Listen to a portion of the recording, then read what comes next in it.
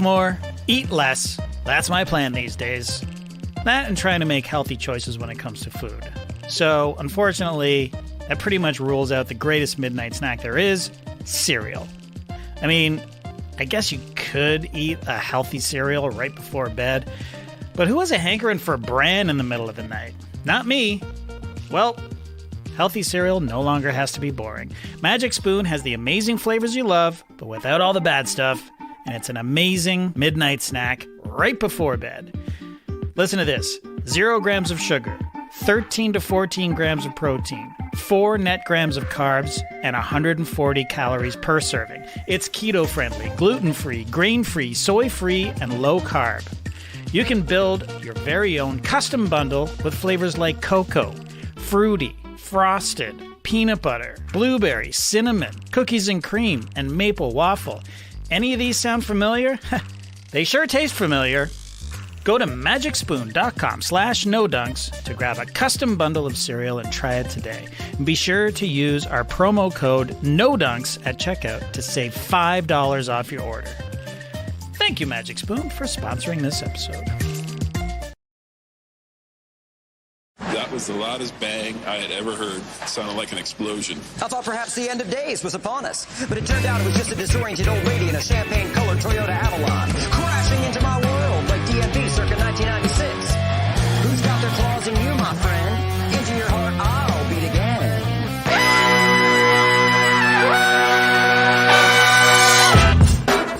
Good morning, sweet world, and welcome to the No Dunks podcast on the Athletic Network. It's Friday, December 10th, and this is The Drop. I'm J.E. Skeets, and alongside me, as always, we got Tass Millis. What's up, everybody? What's up, Tass? We got my top shot hot boy, Trey Kirby. Hey, yo! Hey! International Man of Mystery, taking it to the Max Lee Ellis. Friends. Lately, and last, certainly not least, making the magic happen, super producer JD. Hello. There he is. Here we are. Shout out to the stream team joining us live right now on YouTube. If you haven't already, come on. Subscribe to No Dunks here on YouTube. Like the video, comment away, and please share the show as we creep our way to 50,000 subs. Go grab your No Dunks merch. Holidays right around the corner. Go to nodunks.com for hoodies and t-shirts and mugs and shorts and all your good gear. There it is. Quick shot for everybody here in the stream team. Email in your NBA questions. Always keep them coming. nodunks@theathletic.com, or you can tweet them in @nodunkinc. And make sure you check out last night's No Buffs episode. If you are a Survivor fan, the penultimate episode of this season of Survivor 41. We discussed a lot of things. Whether the remaining castaways see Xander as a GOAT or a threat, and why Danny and Deshaun didn't try a 2-2-2 vote, and Erica's chances of winning, and so much more. So go check that out over on our separate YouTube feed, our separate podcast feed. No Buffs, Survivor. We know Tass thinks Xander more of a threat than a GOAT, Tass, but we debated it last night. I think the other castaways, they want him sitting beside them at the end. Interesting. That's so interesting. They don't know Xander's story. Xander's got something to tell the jury. But Right? does he? Because he better start talking, because they don't seem to like him very much. Are you telling me what Xander has pulled off with that move against Liana there at Tribal Council isn't part of a great resume? Part of one of the, he's number 2. I like Deshaun, but I think he's the clear number 2 right now to Ricard.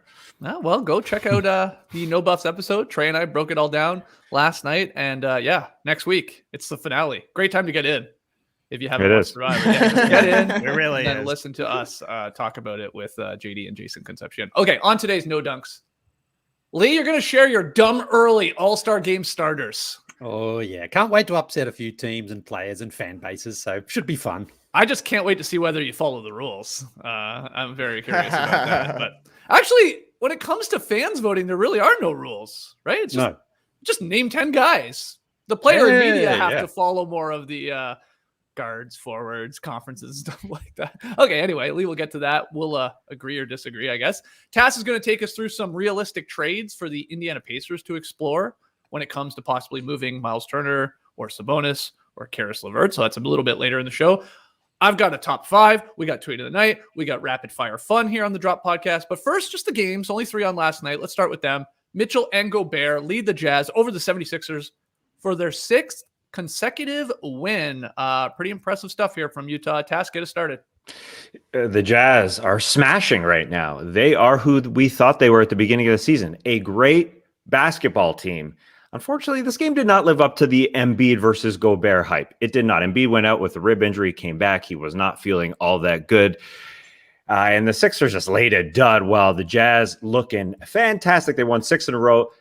They're sharing the ball. That is the ultimate peak, I think, if you're looking at the Utah Jazz and if they have a path to the NBA Finals. Yes, Donovan Mitchell is going to be their go-to guy, but everybody's got to score. Conley, Bogdanovich, that Rudy Gay weapon off the bench. We've got a Rudy Gay in tweet of the night later on. Rudy Gay drop in tweets, so stay tuned for that. But 8 guys, including those guys, in double digits for the Jazz. That's how they win basketball games. Mitchell leading the way, obviously, but 8 players in double figures. That's why the Jazz are part of the West elite with Phoenix and Golden State. It's those 3. Clippers could be there if they're healthy. Nuggets could be there if they're healthy. We'll obviously get to the Lakers a little later.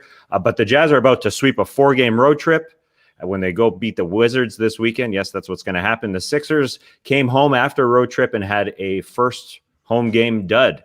I went against my rule of not picking with the team that comes back for a long road trip, and they played like they were still on that road trip. But this was a Jared Dudley of a game. Let's be quite honest. It was a Jared Dudley of a Thursday night in the association. Luckily, you mentioned all those things we have to talk about, Skeets. There's a lot still to talk about the association. I think the best thing that came from this game was a man who collected over 20 rebounds, Trae. That's exactly right, Tass. 3 beefy boys took the court in Philadelphia last night, but only one could leave as the beefiest.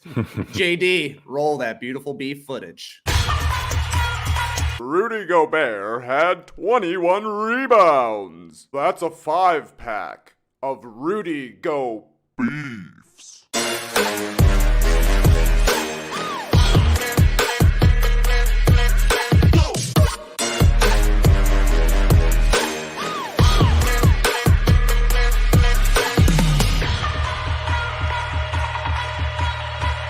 That's a lot of roast beef, which is rebounds. Already the 5th beef of the season for Rudy Gobert. That's why I had to include the high five between him and Jordan Clarkson. I assume Clarkson is keeping up to date. He's like, hey, that's number 5, man. Give me some. That's only 25 games for the Jazz. So we got Gobert beefing in 20% of their games. Pretty impressive. He's leading the league in rebounding so far. He's leading the league in beefs. Obviously, he's on pace for 16 beefs this season, which would tie him for 3rd most since 2000. You got to cut it then, though, because if you go in all-time NBA history, you look at Wilt Chamberlain in the 1961 season when he had 70 games of 20-plus rebounds. The next cutoff you think is, I don't know, maybe I could do 83, 84. For some reason, that is where Basketball Reference has a cutoff there. Not totally sure why. Dennis Rodman, though, had 39 20-plus rebound games during the 91-92 season. I think he is the top 4 for most 20 rebound games in a season, followed by number 5. Who do you think it is? Very short arms. Oh, Kevin Willis. There you go, Kevin Willis. He's number 5. Wow. But as a butcher, I've got some high standards. I need to protect my customers out there. So I need your guys' I need you to check this out. Is this a rebound? Okay. Rudy Gobert defending Joel Embiid. Embiid jab steps, goes for the shot. Ooh. Gobert strips it That's low. a steal. That's a great steal. Yeah. So they called it a strip on the broadcast. As you're seeing, I mean, Embiid is into his shooting motion. He's definitely going up for a shot. But I don't know. Does the ball even get above his waist? I'm not totally sure here. I don't know what it even rebounds off. You know what I mean? Like, that's a steal. He just stole the ball. I don't know. I'm also why are we? I know he probably is, but we are just assuming he's shooting the ball. He can put the ball up, pump fake again. Great point. Right? It's not a guaranteed thing he was shooting the basketball. That's a steal. I'm with you, Leigh. Yeah. Luckily, he had 21, so this wasn't the one that put it over totally the edge. True. Yeah. Well, we would have had to take this beef back to just looking at that footage when he's sort of tapping it there to himself. I mean, I hope he's only getting credit for 1 rebound in those instances as well, not like 3. He had that one where it's just poking around, like batting it up in the ball, up in the air so many times. Honestly, if this counts as a rebound, then the other ones should count as like 3 rebounds because he's rebounding his own rebounds. I mean, who knows? That was Rodman like though, the tip to himself. That was a nice little package there. I enjoyed that beef package. Watching him tip. That was Rodman like. When it comes to the Jazz, because I saw people saying this in the stream team, like they're on this win streak. They look great again, Tass. We've seen this before from Utah. Fortunately or unfortunately, the way you want to look at it, because then they come up short in the playoffs. Like they're obviously a contender, but are we going to like fall into the trap of being like, yeah, Jazz, they figured something out. They unlocked something. This is the year. They're going to the finals. Like, are we going to do that? Or is like it's just like no way we'll like sort of be tricked again until they actually can do it. And we've just reached that point with this great team. I hope we get tricked. I want to believe. And then, fall hard if it doesn't happen. But I think they have enough weapons off the bench. And especially after seeing that, Phoenix made their run and Atlanta made their little run. Obviously, the Bucks go win the thing. Why can't you believe? Why can't you believe that this team breaks through, especially with some of these other teams faltering that we're going to talk about? I don't mind. I don't mind believing. Leigh, are you a believer?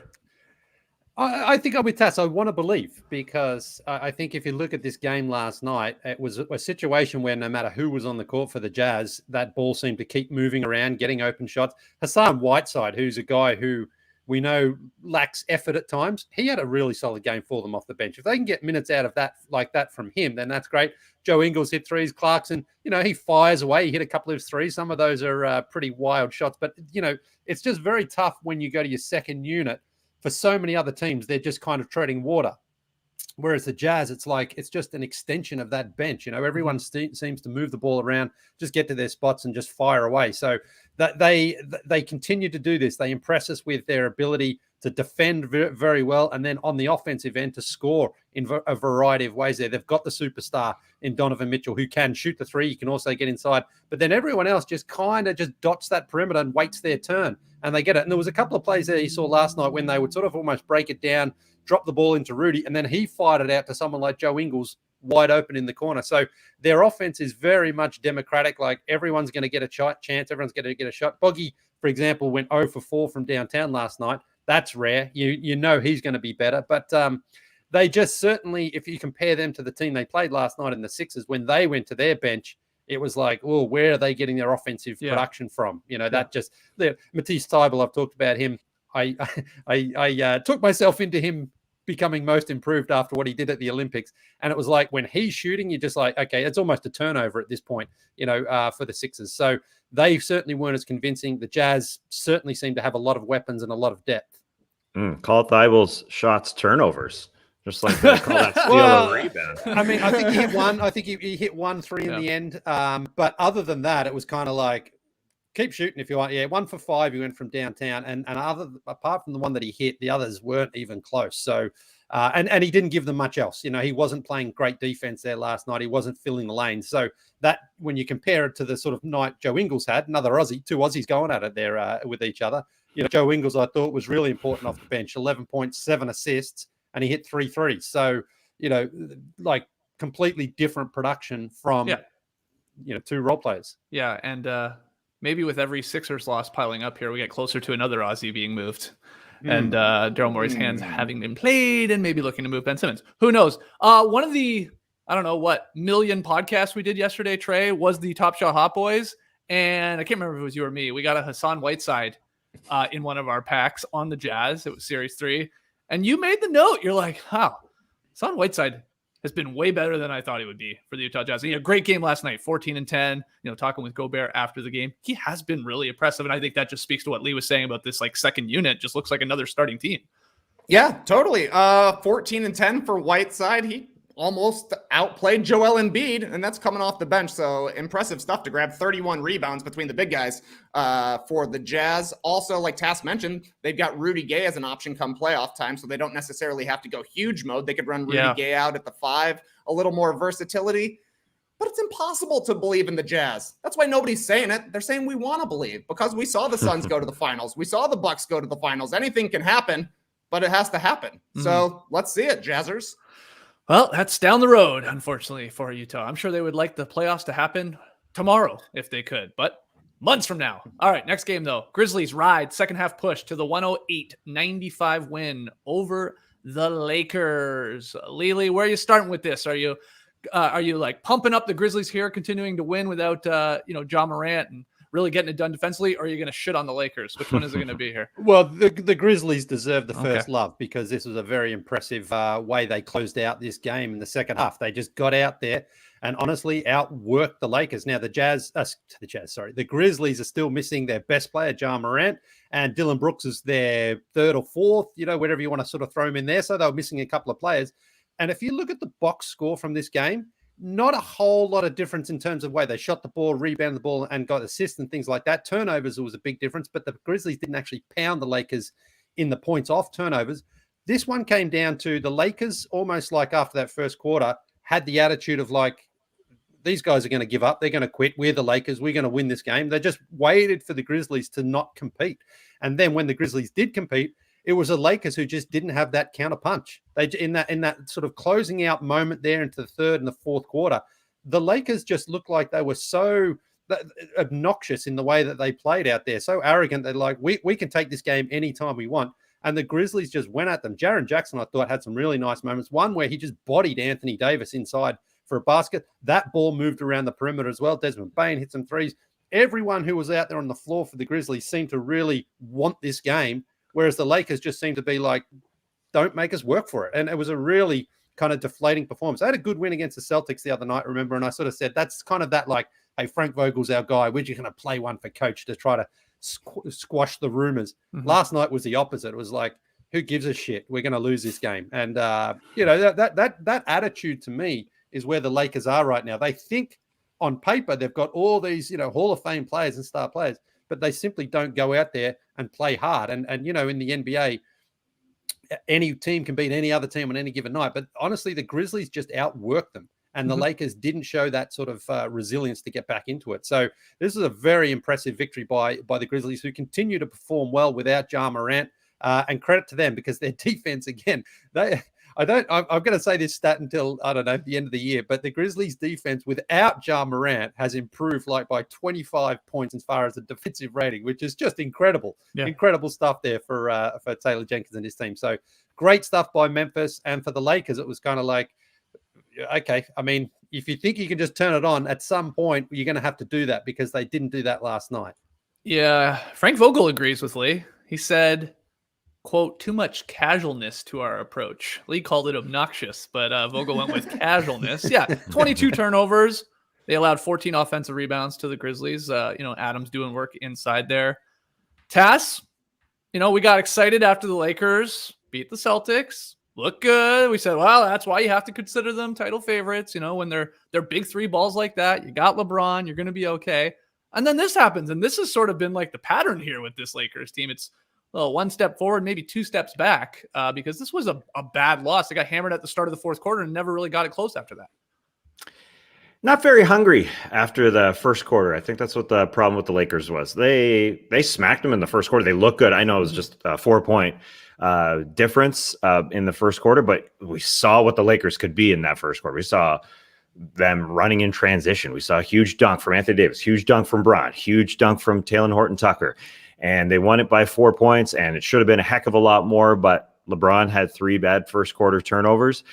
And it is the pattern. They come off a loss, and the Grizzlies were coming off. I'm sorry, they came off a win, and the Grizzlies were coming off a loss. And that's the hunger level was a different level for the Grizzlies and different level for the Lakers. It's like the Lakers have to be underdogs or something to really be in that mode. I know the Lakers fans think they're underdogs. They're absolutely not. But maybe, like Anthony Davis said post-game, maybe we have to get that mentality to really want it for 4 quarters, because they showed who the better team was in the first quarter. And Bron had 5 first-half turnovers. It wasn't a pretty triple-double, but he got there. And when he was off the floor, just not enough cohesiveness. And not a fun game to watch, because the Grizzlies it was just an effort thing. The Grizzlies got more possessions. They shot 16 more times because they got more offensive rebounds. Steven Adams had more offensive rebounds than the Lakers did as a team. It was an effort game. And the Lakers got fat after that first quarter. And I mean, I saw my man Trey Kirby make this comparison. Speaking of fat, on Twitter, Anthony Davis to Rasheed Wallace. It's an interesting one where, Anthony Davis named to the top 75. That's, obviously something that they can't take back. Or can they? I don't know. But they could. No when take backs. 25 years time, if they say the same thing, they won't though. No. But the hunger level is what the comparison I think is, right, Trey? Yeah, and some Pistons fans came back at me saying, "Hey, Rasheed was the edge we needed in Detroit." That's exactly right, but he played a long time before he got to Detroit, and that was always the concern. It's like, hey man, if you get inside, you can score every time, but Rasheed Wallace would rather shoot an 18-footer, and so would Anthony Davis. This was a disappointing effort from the Lakers. 22 turnovers turned into 27 Memphis points. Lakers gave up 14 offensive rebounds. It was so bad that they brought Dwight Howard in to start the third quarter. Frank Vogel might be gone today. I think it's certainly possible. They've got the Thunder tonight. Maybe you get that little fired coach bounce. Then they got a couple of days off before they play the Magic. This is a time to get right if you're the Lakers. But man, that win against the Celtics, I said this is why they are still championship contenders. This game against the against the Grizzlies is why they're not. Just the casual approach. It's like a happy hour out there. Way too cash. You have to play hard to win games. I think I saw a stat that the Lakers are 4-13 this season when they are the favorites, when they are the betting favorites. And I mean, obviously that's just betting stuff, but it does kind of show you like the general consensus of the team, right? Like the Lakers should be the better team in 17 of those games. They know it. So they go out there and they slackadaisical the whole time. And it looks bad. You can't win if you're not giving a full effort.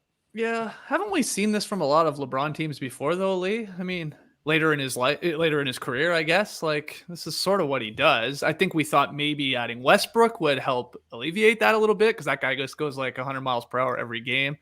But Russ at this point too has a great game against the Celtics, and then he has a stinker last night. I mean, a ton of turnovers, just like LeBron. Didn't shoot the ball well. He's a minus 16 out there. I mean, you think what Trey's saying here is it a coaching shakeup to like wake these guys up, or is it just like, come on, you are LeBron, AD, and Westbrook, and then yeah, maybe some mediocre talent around you, but that should still be enough to beat a short-handed Grizzlies team. That's the quickest, easiest thing to do is just blame it on Frank Vogel. You might get that new coach bump for the first 5-10 games, who knows, whatever after that. But honestly, if you're Frank Vogel on the sidelines and those guys just aren't competing and they're not putting in the effort, there's not much he can do. You can come up with any. Want to get fired?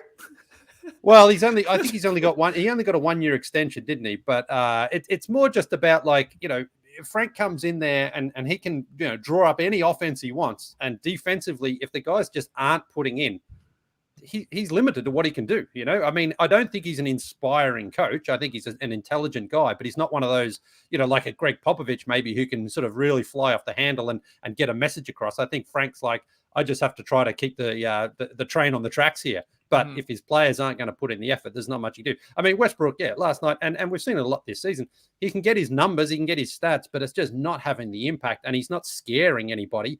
And the Lakers as well, the ball just tends to stick. And LeBron hit a couple of threes there last night, but he's taking a lot more of those like, I'm just going to fire this one up. And he can hit them, and he's LeBron, so he's got that green light. But it doesn't feel like on offense they really have much of a plan outside of just, LeBron take over if you want, Westbrook try your stuff. But Anthony Davis, he's avoiding really going in there and dominating inside where he should be.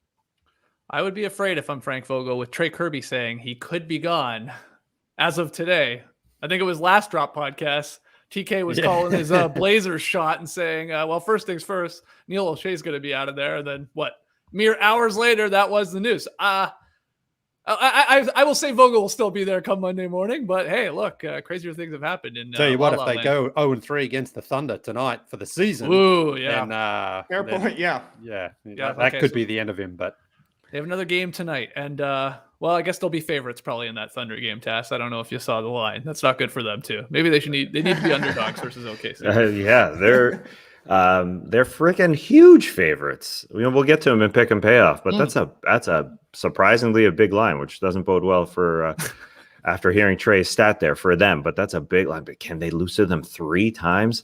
Ooh. They need something to motivate them. So I think this was sort of a bad recipe coming into this game. I know it's a big big excuse for the Lakers, but the recipe, I mean, is that the Grizzlies came off a loss to the Mavericks where they were fighting with the refs and they were fighting with, like, it felt like Grizzlies versus the world at the end of that game. So then they come out and the Lakers showed their talent and should have won after that first quarter, but they obviously weren't hungry. The recipe for them was, we just won, so we're cool. We just beat the Celtics, feeling good. But yeah, it's I don't know. Watching Bron at this point, he just can't do everything. I know he's still great, but he is, yes, taking more threes for the first time. Like 40% of his shots are beyond the 3-point arc, and only 60% of his shots are inside the arc. So like his game is changing. That's clear, and he needs help, and that's why he loved the idea of Russell Westbrook. But he was chilling at some point, like defensively. Just watch him. It was like, it felt like, old man, I don't GAF a little bit, like, I'm not doing this all the time. Like, help me out here. And yeah, they just weren't scrappy. And yeah, he needs the help. But one last note for Jaron Jackson Jr. Leigh brought up the bodying guys. Like he just looks good. He looks, like the guy that they signed to extension for the reason. Last 10 games, he's putting up those numbers. He proves why he's worth it. 20 points, 5 boards. That's a Jaron Jackson kind of number. 50% from the floor and 38% on 6.5 3-point attempts. So that's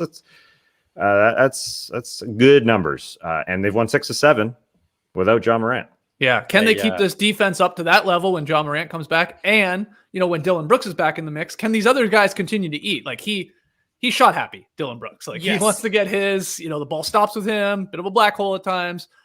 When you need to get the ball to Jaron Jackson, you need to get the ball to Desmond Bane. You said Jaron Jackson, great. Desmond Bane over his last 11 games is averaging basically 20 points per game. I think it's at 19, shooting 49% from the floor, 49% from deep. He's chipping in 5 boards per game. He's like 6'5". Guy is a tank, though. Mm-hmm. And I'm working on a new take here, Skeets. A lot of people compare Ja Morant to Derrick Rose. Desmond Bane is the next Jimmy Butler. Wow. Grizzlies fans just fell out of their chair hearing that. They should get in on it. Start saying it. Start mentioning his tiny arms, because also a 30th pick. When Derrick Rose went down, that's when Jimmy Butler took a huge step as a playmaker and as an offensive player. You thought he was just going to be a defense guy, but he can do it all. You should be happy, Grizzlies fans. And I honestly think he's got to be the guy, even when Dillon Brooks is back and healthy. I know he gives them a latitude, but Desmond Bane is a lot better than Dillon Brooks, and he takes smart shots. Leigh, what were you going to say? Just a little comment here from the stream team, Gustavo. Plot twist. Frank says these guys are too casual and quits on the Lakers. Oh, you got to get fired so you get paid. Come on. I think Frank. We'll see. But just to extend that Jimmy Butler connection there with Desmond Bane, I think it was like halftime. Ja Morant wasn't on the bench because he's in health and safety protocols. I think he tweeted. You're allowed to tweet if you're, I guess, in health and safety protocols. He tweeted, "Desmond Bane, most improved player. Mark it down this year." Like even before the second half. He's a second-year player. Come on. I know. But it's I'm just okay. I don't care if he wins, but I'm just saying. He's just gassing up his homie, Skeetsy. You know that. I know. He's gassing his homie, but it's just extending the Jimmy Butler comparison to a guy like first year. I mean, Desmond Bane was fine in his first year. Jimmy was quiet. Just not a lot of expectations, and then maybe he can take on that sort of secondary ball handler role. I love it. All right, final game. We'll try and move quickly through this one. Spurs, nice victory, snapped a 2-game skid, beat the Nuggets 123-111. Trae, what are your notes from this? Yeah, this was a dominant win for the Spurs. They took advantage of a Nuggets team that is very short-handed and were on their 6th game of a 7-game road trip, and it was the second night of a back-to-back, and it was their 3rd game in 4 nights. So the Spurs came out, they hit 8 of their first 12 shots, didn't trail the entire game, and their guards honestly just torched the Nuggets all night. 23-6-4 for Derek White, 21-4-3 for Lonnie Walker off the bench, and 28 and 9 assists for DeJounte Murray. All of those guys were living in the lane. It was either a finish at the rim, a drop to one of their big guys, or a kick for an open 3. The Spurs finished with 58 points in the paint and 15 threes. They had 14 offensive rebounds for 20 second chance points. So they scored inside, they scored outside, and when they missed, they just grabbed it and put it back in. This was a dominant win. The Nuggets just didn't have enough to compete with the Spurs, really. So let's see if they can do a little bit better on Saturday. These two teams play again. Jokic was good, his 3rd straight triple-double. Aaron Gordon had a nice game, but once it went to the bench, the Nuggets are just so thin right now that they didn't really have a chance. Yeah, I just wanted to get your take. on Aaron Gordon letting the fro fly. I think he's had it for a couple games now. I grabbed a screen grab of it. Leigh, what do you think? I like it. He looks like Michael Beasley out there. You're only saying that because Beasley's been tweeting some crazy things lately. Yeah. But I like it. I like it. Just let it go out there. We don't see too much of that. So good on you, Aaron Gordon. Nice. Yeah. Okay. Yeah. Anything to add, Task, to this game? Spurs victory here over the Nuggets. What about the hair? Can I talk about the hair? Yeah, the hair's sure, go ahead. spectacular, man. I like it a lot. I think it suits him, and I like how Aaron Gordon doesn't try and do more than he's really suited to in the NBA. Like, he still, went to the Nuggets, and I thought that after the whole rap song where he said that Dwayne Wade didn't give him a 50, that he'd try and elevate his game, and then Porter goes out. And Jamal Murray goes out. I thought he'd try and be more, but he just plays within himself. And he's learned what he is in the NBA, and that's really helping him. And so the Nuggets lose, but as Trae said, every Spur was great in this game. I don't know who the untouchables are on this roster, and that's why they're a part of my deals with the Pacers that we're going to talk about a little bit later, Spurs Pacers, because I think, as people here chiming in, there was the Desmond Bane for most improved player talk. Lots of people here on the stream team saying DeJounte Murray is the most improved player. I get it. Totally get it. I think he is probably the only untouchable of all these guys, of Lonnie Walker, of Derek White, of Josh Primo, Devin Vassell. I don't think there's another Keldon untouchable. Johnson. Keldon Johnson's the other one. Yeah, he's the other big one. Obviously. Pirtle. Yeah. So I mean, it was fun watching this team. I thought watching Lonnie Walker and his 21 points. I mean, I don't watch the Spurs every game, but when I tune in, I think Lonnie Walker looks like a Hall of Fame basketball player. I think he's amazing. He is. It's true. He has great games, and then he just sort of disappears for a couple. Yeah. Okay. He's coming off the bench for this team, and it's such an interesting lineup when you think about that guy. I mean, that guy is so talented. He's coming off the bench, so it's a weird roster, but I think they're ready to make a move potentially. Okay, so you're teasing us that you've got at least one Spurs Pacers deal in play later on in the Drop podcast. Right? Betcha. Okay, great. Before we get to that, the NBA announced this week All-Star voting. It's going to tip off on Christmas Day, and it concludes about a month later, Saturday, January 22nd. Giving the fans here the opportunity to vote for the 2022 NBA All-Star Game starters.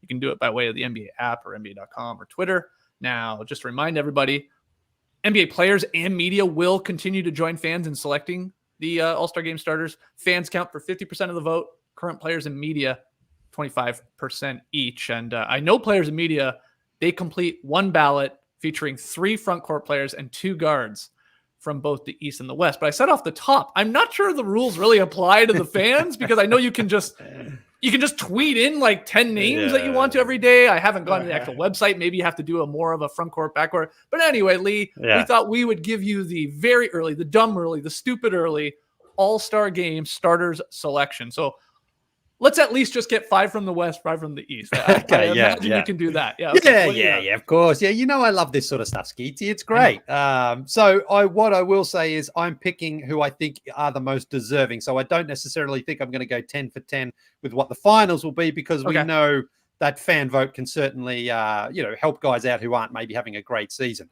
Can I ask you? Oh yeah, LeBron. Yeah, that's going to be interesting. Can I ask you? Are you saying All-Star Game starts tomorrow? Here are my 10 guys that should be starting, or are you projecting this final couple months too? Not maybe who people will pick, but you'll be picking. Well, both really. I mean, I think I'm most deserving to this point, and I think it really could hold until the All-Star Game. So I'll start in the East, and I'll start in the front court. And so it's not forward, center. It's just 3 front court players. I'm going with Giannis, Kevin Durant, and then DeMar DeRozan from the Chicago Bulls. Okay. Yep. I mean, we can get into how about this guy? What about this guy? I'll let nature take its course there. I'll just give you mine first, and then you guys can you guys can go from there. And in the backcourt, again, is this guy a guard or a forward? It doesn't really matter, because his other teammate is also the guard forward sort of guy. I'm going with the all Bulls. Well, it's not a backcourt. It's 2 Bulls anyway. Zach LaVine is the other guard, and then the other starting guard, I've gone with Trae Young. as the backcourt starter. Now, I'll sell you on Trae Young because I'm not sure there'll be a whole lot of debate with those other guys. We'll get to that. But Trae Young is shooting 26 points, 46% from the field, 40% from three, 9 assists a game. Hawks are only 13 and 12, but when he's on the floor, they are a whole lot better. So there's a few other names to choose from, but my starting 5 for the Eastern Conference are Giannis, Kevin Durant, DeMar DeRozan in the backcourt, Zach LaVine, and Trae Young. Okay. Well, Trae, our Trae, you must be happy. There's 2 Bulls and another guy named Trae on Lee's Eastern Conference All-Star starters. But what do you think? I think Leigh has nailed it. I would say that, I don't think it's actually controversial that LaVine and DeRozan should be starting this. They've both been incredible. They're both like in the top 10 in scoring. Those are things that players or that fans like as well. They're going to be dunking in the All-Star game. So I think that that's a reasonable take, especially considering Harden hasn't had a great season to start. Kyrie Irving isn't around. Who are you choosing between Middleton and Jrue Holiday? So there's certainly a spot there. Though I guess Harden is putting up some numbers at least. Maybe it hasn't been. I imagine he will probably make the backups for Leigh, but he hasn't necessarily been. The James Harden we expected from Houston, even the James Harden we saw in Brooklyn last year. So yeah, give it to me. I will say I'm not surprised to see that Vucci didn't make your list. Maybe the reserves. Tass, any objections with Leigh's 5 there? Trae Young, Zach LaVine, DeMar DeRozan. Who else you had? You had Giannis and then Kevin Durant. Yeah. I think the biggest snub, the guy who a lot of media members and coaches would probably want in there over probably Trae Young is Jimmy Butler, I would say, as the positions are all a mess. Is he a guard? Is he a forward? But yeah, I'd say he's the one. There are a lot of guards who aren't around. Kyrie Irving's not around. Ben Simmons isn't around. James Harden hasn't been great. And Jrue Holiday has been in and out of the lineup. So I think there's less names to even to really bandy about right now. Maybe it'll get a little bit more difficult in a month from now when guys play, but I think it's fairly good. I think Jim, although it feels like the Heat are far better even than the Hawks, they're not really. It's a lot closer. They're 15 and 11, and the Hawks are 13 and 12. It's not that big a difference. Yeah, they started off hot, and Jimmy was great as well, but he's missed games. And, Jimmy's missed 8 or 9 games. But his numbers are amazing if you get rid of his 3-point percentage, which is pretty wild. And that's the other thing with Trae Young is he actually started off slow, and the Hawks started off slow, and they're still only 13 and 12, but his numbers are actually pretty decent. Like, he's not just firing away there. 40% from downtown on 7 threes a game. At 26 and 10. No, James Harden's not anywhere near that in terms of overall production and efficiency. So I really think when you're separating only a game or two there too, I think Trae deserves it. Okay. Number 1 candidate in the stream team, Leigh. Yeah. Did you consider him? They're right there with the Hawks as well, record-wise. I did consider him, but if you compare him again to Trae, Trae Young's outscoring him, more assists, shooting better. Team has a better record. So I think in that sense, it's not that close. I think LaMelo's great to watch, no question about it. But I don't think he's had a better season than Trae Young to this point. What about Embiid? Was he in the mix? Obviously, he's been a monster over the last couple of games, but he missed a decent chunk of time because of COVID, unfortunately. But honestly, not really. I don't think he's been better than Giannis. Certainly not better than Kevin Durant. And then DeRozan, I think, has been incredible there for Chicago. So, I think if Embiid plays every game, and maybe the Sixers are better, perhaps, but I think the Bulls have been one of the better teams in the Eastern Conference. Okay, well, let's hear from everybody. Continue to share your suggestions in the stream team and let us know in the YouTube comments below the vid or on Twitter at NoDunksInc. Leigh's All-Star Game starters in the Eastern Conference right now: Trae Young, Zach LaVine, DeMar DeRozan, Kevin Durant, and Giannis. Agree or disagree? Okay, let's go to the West. Okay, I'll start in the front court again. And this one, I don't think I'm going to fire. I don't think I'm going to hit on all these 3, but I just think they are the most deserving. I'll start with Nikola Jokic. I think incredible. 26 and 13, 60%, 7 assists. The Nuggets, when he's on the floor versus when he's off the floor, it is a gigantic difference there. Yeah. So I just think he's deserving. I'm going with Draymond Green as another front court spot. Others have bigger numbers. He's only going 8, 8, and 8. But honestly, the defense and the net rating when he's on the floor really stands out to me. Warriors are the best team in the NBA so far through the first quarter of the season. I think he's deserving. And the other guy, you don't have to love him, but big Rudy Gobert is at 15 points, 15 rebounds, 73% from the field, leading the league in blocks per game, total blocks, second overall in plus minus. You don't have to like Rudy Gobert, but you cannot deny his impact at both ends of the floor for the Utah Jazz. And we saw that last night. I mean, just a fantastically impactful player for his team. So moving to the backcourt, one spot is an obvious no-brainer, Stephen Curry. And now the second spot is a little bit tougher and a little bit tighter. And I feel bad, and I'm probably going to get some angry Phoenix Suns fans out there. But unfortunately, I did not find a spot for a Phoenix Sun in the starting lineup for the West because I'm going with Donovan Mitchell over Devin Booker. I think Devin Booker has been great, but I think Donovan Mitchell has been better.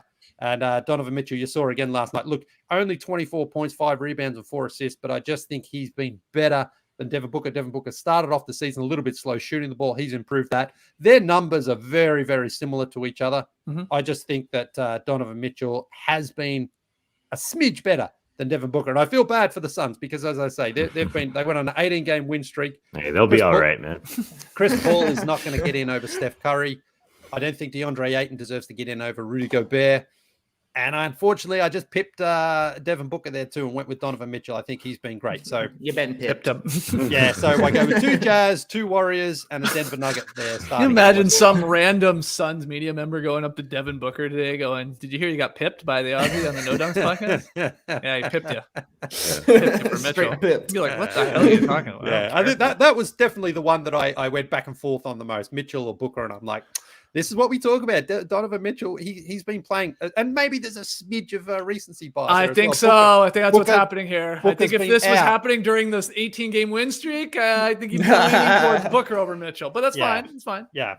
So anyway, that's where I went. Have at it. Okay, Mitchell. Well, Tass, let's start with you. Hold on, Warriors, headline. 2 Jazz, and who else was your big guy there? Jokic, that's it. Yeah, that makes sense. Pipped. He was pipped. What about a headline? Like you said, Skeets. Somebody says to Mitchell, "Hey, did you hear you got pipped?" Or no, Booker. Hey, did you hear? What about in a headline? Would people think it's a mistake? Like Mitchell pips Booker, or that would look like I think somebody would be like, "Oh, that's a typo, right?" Like, probably. I don't think many people know what it means. You know what? Our good buddy Paul Williamson thinks pips are. In sunglasses, where you've got like the little, like he calls them pips. There's like the little piece of material, sort of where the where the iris. What the hell are these things called? Like where the things that go behind your ears meet the actual sunglasses. There's like a little piece of. I don't know. It's like a metallic material. The hinge or what? Not the hinge, or like in front of the hinge on the front, just by the hinge. The design sort of thing. Yeah, it's like a little. It's like a little pip. It's a pip. Yeah, it's one's like, Booker, one's Mitchell on mine. It's so weird. Yeah, it's usually a little glossy, and they can like fall out of the sunglasses. He calls them pips. Oh, but that's like what Trae say, like the little like screw almost. No, not the hinge. It's not the hinge. It's not the hinge. It's literally on the physically on the front of the glasses. It's not. I shouldn't have. Here. I mean, I shouldn't have said. Only we JD, show me your glasses on the stream here. Yeah. JD, where are your glasses? Leigh, there's some on your face, stream. man. Yeah. I don't actually know what he's talking about. No, but they're on sunglasses. They're on sunglasses. What do you do? Put them on. What are you talking about? I'm just going to show you where they usually are on sunglasses. They aren't physically on reading glasses. Okay. Put them on. I don't even know if they actually exist. This you want them on? Okay. What do you mean? They exist. Let me see your face. We don't know they're actually called pips. Oh no! Of course, no one's called. Yeah. So where that like your hinge is, sort of on where the glasses meet. Yes, but on towards the front. Let's go a little towards the front, a little bit towards your eye hole. No, towards the front. The front. Like this way. Yeah, there. Yeah. But a little bit. Yeah, a little to your right. A little to your right. Yeah. Like, see, right there is usually where a pip lives. What? Yeah. We gotta get a pair of sunglasses. I gotta know what you're talking about. Yeah. Everybody's got a pip. You just don't know it. What'd you think of what Lee's Western were we Conference talking team? about? Yeah, his All-Star Anyway. pick. You're all right. The backcourt, of course, I'm picking Pippen, Booker over Mitchell. I think that's the only real big one. And as Leigh said, there isn't a Laker there. There's no Braun, there's no Anthony Davis, but you can't put him in the starting lineup, so that's fair. And I think this one will be a little bit different in a month as well. Will Cat enter that forward race? And I guess Zion Williamson ain't entering that forward race, but yeah, that's about it. Maybe Braun and AD do, because they could squeeze in for sure. Trae, any problems with Leigh's Western Conference All-Star starters?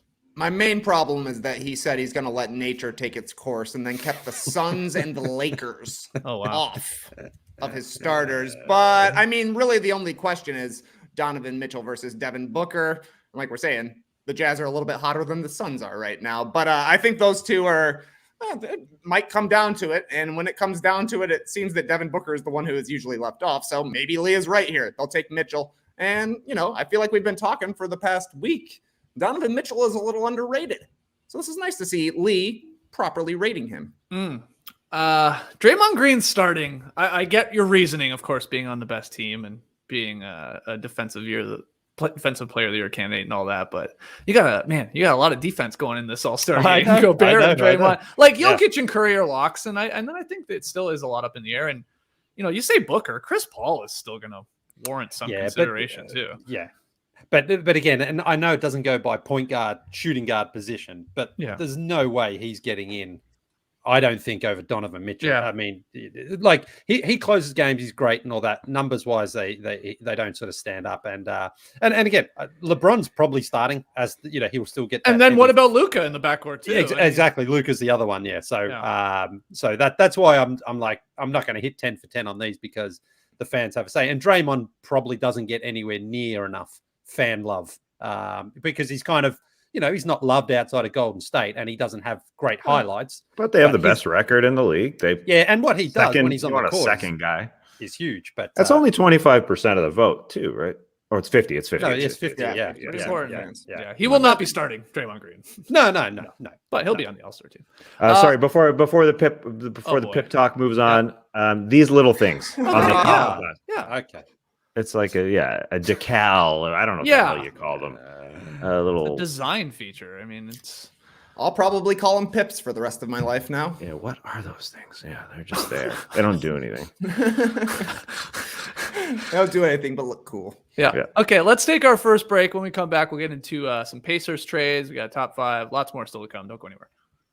Well, I've been a stance head since way back in the day. I used to rock those old NBA released theme socks they had years ago. Loved them then, and I love them now. And unlike JD, I did actually get some new Stance goodies recently. A few pairs of socks, even a nice pair of boxer briefs. I love the variety of the ankle socks, because I like wearing those, and then the thicker, warmer ones now that things are a bit cooler here in Atlanta. And I can see why JD has FOMO, because these undergarments, super soft and super sweet. I love the way fresh clothes feel as soon as you put them on.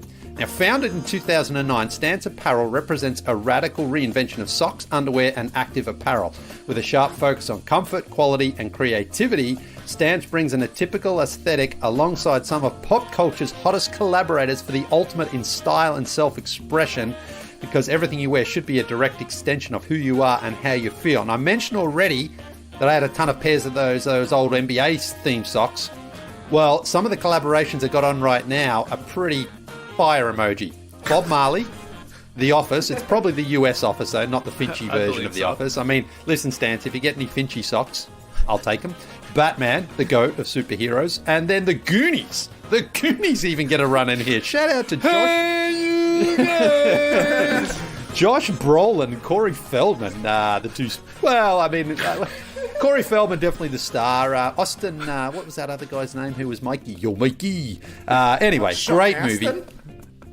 Sean Astin, that's right. Yeah, nice one. Yeah. So, really enjoying my Stance collection right now. Always happy to wear them. Comfortable, stylish. So, don't sleep on your sock game either. It's underrated in its importance. Whether you're a drip man or a swag man, whatever you want to call yourself, don't sleep on your socks. Stance believes that the perfect fit matters more than fitting in, that those who feel good do good. Go see for yourself. Register for an account at stance.com and get 15% off your first purchase. Use promo code NODUNKS at checkout to apply. Enjoy the color and comfort of a life less ordinary with Stance. This morning, my groggy 4-year-old child was sitting at her little mini breakfast table, slowly chomping on some little baby muffins, and she said, "The words are in my mouth, but they're going back in." And I said, that's the perfect starter for my Grammarly ad read today. I told her sometimes we just can't think of the words, especially when time is short. And Grammarly helps you write or even when you're speaking by sharpening your communications all around. Grammarly helps find the perfect turn of phrase. Like Zoe this morning, her quote, again, "The words are in my mouth, but they're going back in." Not perfect. She can be forgiven. She's 4. But the proper way of saying it would be, Grammarly, where you at? Oops, where you at? Not proper. But anyways, it would be, I'm having difficulty expressing what I'm thinking, or something less cute than Zoe this morning. I'm her perfect audience with Grammarly, but you can set your own audience and desired tone before you start with Grammarly's goals feature. Then watch Grammarly make suggestions as you go. If you need a formal tone aimed at experts, Grammarly helps you sound like a pro. Striking a friendly tone for a broad audience, being all friendly, ? Well, Grammarly can help you write it like you'd say it and not the way you'd write it. So I asked Zoe, "Are you going to get Grammarly?" And she said, "Can't I just use your subscription, Dad?" And I said, "I don't know. Is it like Netflix? Can we all share a subscription? I'm not sure." But you, at home, take the stress out of getting the words right with Grammarly. Our listeners get 20% off Grammarly. Sorry, you can't use my subscription. Grammarly Premium at Grammarly.com/NoDunks. That's 20% off at GRAMMARLY.com/NoDunks. Ooh, I've been avoiding doing this Canva Pro ad read because, to be honest, I wasn't really sure what it did. I mean, I've heard you guys talk about it, obviously. I've heard you say it's a design platform that empowers you to create and share stunning content in just a few clicks. But frankly, I didn't believe it. And here's why. We're in the middle of building a classic factory, and every piece of equipment that I've plugged in does not work. I have to pore over manuals and documents and YouTube videos just to get a single light to come on and then to get it to work properly, only to find out it doesn't work the way I expected it to work. Remember that, Tassie? That was frustrating. Anyways, it's my turn to do Canva Pro, so I couldn't put it off any longer. I fired up canva.me/NoDunks this morning. And I was blown away, honestly. Just how easy it is to create content. It just works. My God, how refreshing. Part of the problem is that I don't know what I'm doing. It doesn't seem to matter with Canva Pro. You can just choose from thousands of templates that are easy to customize, or just start something from scratch. You know what you can do, Leigh? What? You can put a photo on a background. I did that in 10 seconds this morning on canvapro.me or whatever. Canva.me. You should give it a try, man. Give it a try. Now I know. It's why bother, right? It's what that'll do. Just like your internet. Canva Pro has endless premium fonts, photos, videos, and so much more that add personality and edge to whatever you're designing. I mean, just the aerial shots alone are worth the price of this thing. I can't emphasize enough how easy it is to create stuff with this thing. Honestly, I don't even want to tell you about it. I feel like I'm revealing trade secrets or something. Design like a pro with Canva Pro. Right now, you can get a free 45-day extended trial when you use our promo code. Just go to canva.me/NoDunks to get your free 45-day extended trial. That's canva.me/NoDunks. Canva.com/NoDunks. All right, we're back with No Dunks here. Drop podcast on a Friday. Tass, you got some Pacers trades. I'm sorry to interrupt real quick. I need to show you this very important thing I put together during the ad break. Great. Pips. Pips. I see what you did there. Scottie Yes, Scottie Pippen. wearing glasses with notable pips on it. So that one's for the stream team. Pips. Pips. Again, I just want to reiterate, we don't know those are actually called pips. We're just going with something my buddy Dub said. No, there's no word for it. There's no. I mean, it's bedazzled. It's a sequin. It's a something. But I don't know if there's a word. What's the word? It's pips from now on. Sure. Everybody start noticing pips on your friend's sunglasses. That's right. Nice pips. You and sometimes they fall out. Nice pips. See, I've never seen that. Never. I mean, he's buying. Dub buys cheap sunglasses, so no wonder his pips are falling out left and right. That's rare for those to fall out. Pippen ain't easy. Yeah. All right. So what do you got, Tass? I believe you hit up Twitter. You asked for, come on, let's see some good trades for Turner, Sabonis, and LeVert. What do you got? Yeah. Twitter didn't really knock it out of the park. I got to be honest. But, I saw others on Twitter ask. I mean, you asked, Skeets, our friend Kenny Beecham asked. I would say those, maybe I'm not a high engagement source on Twitter, but I would say you and Kenny got better answers. I got a couple tweets though. And The Athletic did an incredible job. You mentioned the article yesterday, Skeets, our friends Seth Partnow, Sam Vecini, and Danny LaRue. They went through basically every team, like almost every team, and the offers they could get back. But I got some decent ones here. So on The Athletic this week, besides that article, we read about the Pacers taking in all offers for Myles Turner, Domantas Sabonis, and Caris LeVert. Now, they're not going to trade all of them, but they have created a bit of a bidding war, I think. Pacers front office is now chilling. They're waiting patiently for the best offers out there. I don't think they're calling, but they're waiting. And so good deals only. So let's get a couple realistic ones here. Let's start with Myles Turner. And I think in light of the other article on The Athletic where he demanded a bigger role, he came out and said, listen, I'm just not playing enough. I'm not touching the ball enough. I thought summarizing his career to this date is kind of important. Who is Myles Turner? Because he is a bit of a polarizing player, right? As we said, he's 25 years old, 7th year in the league, all with the Pacers. Career averages 12.7 points, 6.7 boards, and 2.3 blocks per game. He's leading the league in block shots this season, 2.8. He's led the league a couple other years in block shots. He's having his best year shooting the ball. 40% from three, 53 from the floor. Both would be career highs, but never a high volume guy. He's averaging 12.9 points this year, 7.3 boards at just 9 shots a game. Career highs like 10.7 shots per game. So will he get more shots somewhere? He's not a post-up guy. He's not a lob guy. He's not really a roll guy. He's kind of a pick and pop guy. He's a jump shooting guy. And I think a good comparison is Serge Ibaka. I think that's who he can be. He can finish around the rim, but he's a bit of a dinker and dumper around the rim, but he's a pick and pop guy. He's really only a threat from the outside. And I think that's my mindset going into these trades. You're not giving up the world for Myles Turner, right. IMO.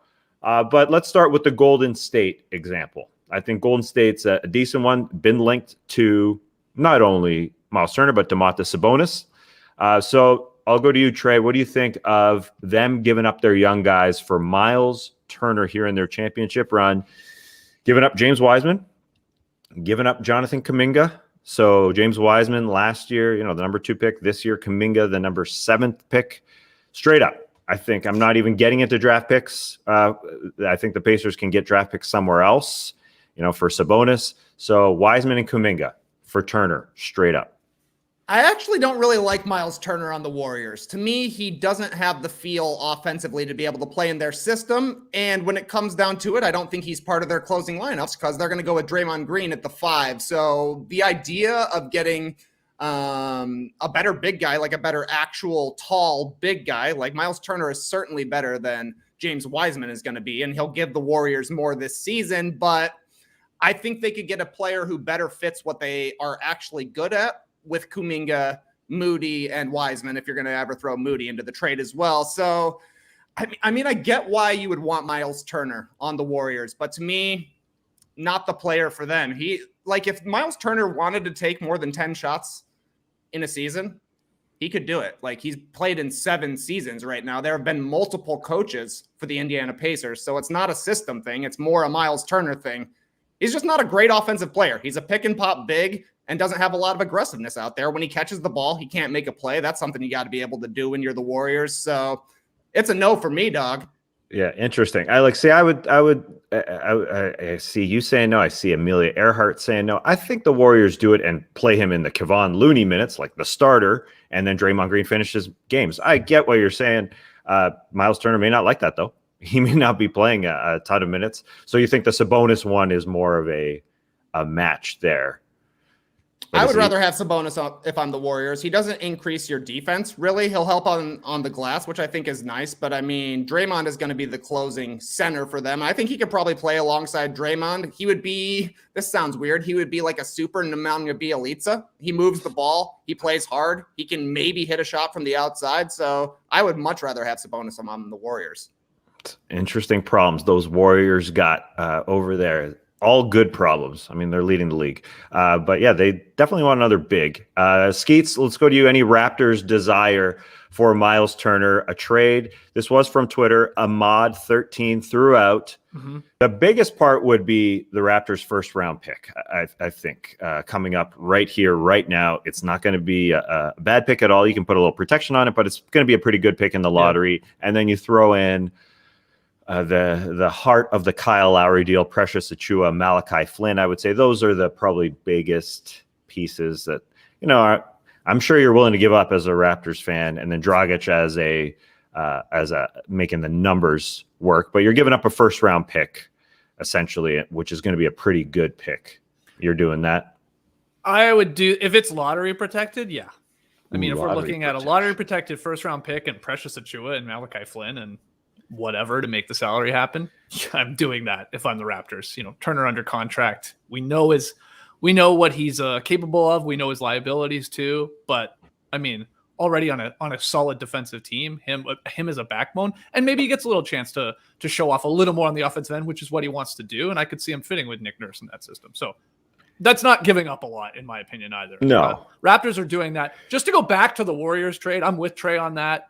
The problem is you have Draymond Green. Lee's got him starting in the All-Star game. You're in a series against AD at the 5. Jokic is a monster and he's a whole different beast. But like Gobert at the 5, you don't need Myles Turner for those. You have Draymond. He is going to be the one that's going to shut those guys down. So it's like it's not really a need for him there. The Pacers, though, if Kuminga's in the deal, they should do it automatically. And Wiseman, I mean, like the whole rebuild, that would be amazing for them to get two guys that are basically top 10 picks in consecutive years. Yeah, they would do that. No brainer. But yeah, back to the Raptors. I do that. I don't know what you think, Tass, as a Raps fan. Well, yeah, I don't think the Pacers would do a lottery protected pick. I think they can get more for that than. But I think you guys are undervaluing. I understand Draymond Green's closing games, and yes, he's playing against Anthony Davis, but they still play a JaVale McGee or whoever for 20-25 minutes a game. Like they still play Kevon Looney. They still want Myles. They would want Myles Turner, I think, to be that guy. Although, yeah. Well, yeah, but do you want that guy if you got to pay him $18-19 million a year? I mean, you're getting by with these like sort of other. It's like the classic Bulls of the '90s. It's like, look at their centers. It's like, all right, they did enough. Yeah. Hey, well, I know. Look, I love Bill Wellington. I love Purdue. They played their part. A lot. Now you really got Leigh upset. Maybe they find I was forgetting one. I was getting there. You wouldn't let me get there. Heaven forbid I say the Australian third of their trio of big guys. No, I get what you're saying. They probably find a center for cheaper. That they're looking around the league. DeMarcus Cousins just signed with the Bucks. They probably look for something like that. And yeah, maybe go in for Domantas Sabonis with their young guys. Possibly, that's possible. But I left them off the Domantas Sabonis table because I just think the Domantas Sabonis, let's get to him now, is going to get back more, and he's going to get back more draft picks because he's 25, only sixth year in the NBA, two-time All-Star. The last two seasons where his numbers were like 20 and 12. He averaged 7 assists last year, although his numbers are down this year.